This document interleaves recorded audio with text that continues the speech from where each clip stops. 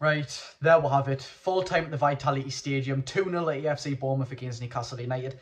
I'm just going to say it now, that was a shocking performance from Newcastle. It doesn't matter how many injuries we've got, because the injured players weren't playing today. There was 11 players on that pitch, and there wasn't one great one there for me. Maybe with the exception of a 17-year-old Lewis Miley, who stepped up to the plate on his Premier League debut. And let's be real, he done fantastic under the circumstances. He's got about, what, 3 other suspended or injured centre-mids who could have took his role, but he stepped up to the plate when he didn't exactly have to. I mean, he's what, with 6th choice centre-mid? He stepped up to the plate at 17 years old, and he's done a great job. Kieran Trippier, I don't know whether he's fatigued or he's overrun. I don't want to slate on these players too much, like Anthony Gordon, who's the most energetic lad in the team normally, who's the most outburst of pace. He's the most electric player on the team, but he just hasn't been recently. Same with Kieran Trippier, same with Sean Longstaff, same with Joe Willock. Joel in the day as well. I don't want to bash on them too much, but look, let's be real, there's one answer to this. It's fatigue. It's the amount of matches we've been playing. It's the AFL, Champions League and Premier League. All of these have come to a toll on the players, and it's not their fault. It's not the club's fault. It's not anyone's fault. It's just the fact that we've got such a paper-thin squad. Now, we've been...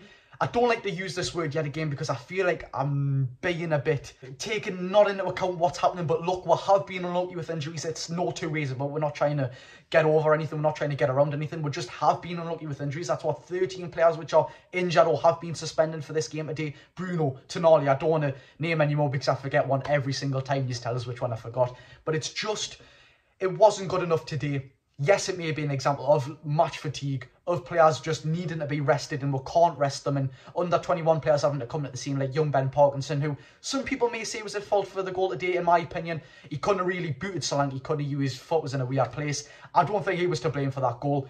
But these under 21 players are going to have to come in because we've got no squad fitness. In January, what is a priority for Newcastle United? In my opinion, there's one that comes straight to mind, and it's a striker. I don't care how good of a player Alexander Isak is, because look, he's one of my favourite players in the team. He's a phenomenal player. The footwork on him, it's fantastic. He can take penalties. We've seen him take free kicks at his old club as well. I mean, his finishing's fantastic, but he's injury prone. Who else is injury prone? The most injury prone player on the team? It's what other striker? Callum Wilson. Who's the other striker apart from them two? You guessed it, we don't have one. Apart from young Ben Parkinson, who was registered to the under-21s team. It's not going up for debate. We need a striker. We don't need a fantastic, out-of-this-world striker. We need a young striker. This lad isn't young, maybe he's 28 years old. I do believe it's Guirassy from Stuttgart. He's one of the most high-scoring strikers in Europe this season. His release clause, I believe, was 16 or 18 million euros. That's... In today's market, that's unbelievable. Of course, he might be one of them players who comes to the Premier League and he flops. Who cares less? He's a striker. He can put the ball back in the net. I'd take Chris Wood at this rate. I'm not even joking. I'd take Chris Wood at this rate. We've got no other striker. It's as simple as. As for who played good for Newcastle United, I mean, to be quite frankly honest with you, there wasn't many. Nick Pope, that man saved us the game. He's the goalkeeper and he's getting man of the match. That's never a sign of a good performance if your goalkeeper's getting man of the match. And he got it by some mile as well. Bournemouth, AFC Bournemouth from the south. Little Bournemouth, with all due respect, I like Bournemouth as a club, but little Bournemouth would have been 5-0 up against Newcastle United if any other keeper was a goal, especially at the end. The reflexes from Nick Pope was unbelievable there. Jamal Lascelles saved a fair few times. I know he got that reckless booking, which probably needed to make, but yet again, was it necessary? Probably not that sort of challenge, but Jamal Lascelles made a fair few tackles today. I thought he was great. Miguel Almiron got injured. Another injury for Newcastle United. I can't believe our luck, mate. I seen Sean Longstaff go down after the ball got booted on him. I thought that was the end of the world. Seriously, I did. Kieran Trippier, he's got to be fatigued because his performances haven't been great. And by the way, the fantastic man and captain that Kieran Trippier is, he knows himself. He's going to be the first person to say, oh, I wasn't good enough today. This isn't good enough. Unfortunately, in our books, it's a bit selfish, but unfortunately in our books, he's going to be playing for England. We know that he's probably going to be playing a full 90. He's not going to get the rest he needs, is he? For Newcastle United, we need to be selfish. It's about Newcastle, not about England. Do we want England to do well? Yes, we're already kind of qualified in this group. I couldn't care less about the qualifiers, me. They're the most boring thing that I've ever watched, but Kieran Trippier, that man needs to rest. He's overrun with games. He's our captain. He's one of our first names on the team sheet. And he's just overrun. It's as simple as. If there's one thing we can take from this game, though, however, you already know what I'm going to say. It's we need to buy in January, no matter what position it's in, no matter who it is, no matter where it is. If it's for the future, if it's for now, if it's for 10 years, if it's for one.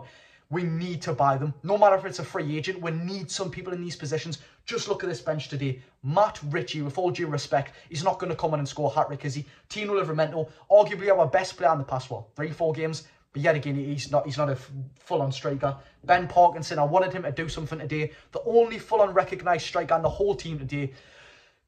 He's young. We've chucked him in the deep end. We can't expect 10 goals off him. I wish we had created more from him. Yet again, something which I do want Newcastle United to do more is provide support in the striking areas.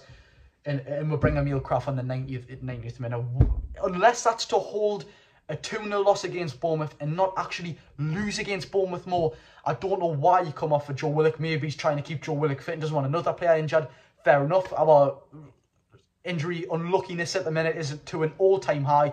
It's unbelievable. Actually, do you know what? Another positive from the day. I thought Lewis Hall was very well. A man who I always like to see start for Newcastle United. Just around the same age as me. I mean, I'm 17, he's 19. But still, you get the gist of things. I always like to see Lewis Hall play. A very versatile player. And very, very well-spoken for his age. Lewis Hall is 19, isn't he? Yes, he is 19. Sorry, I was about to say he's not.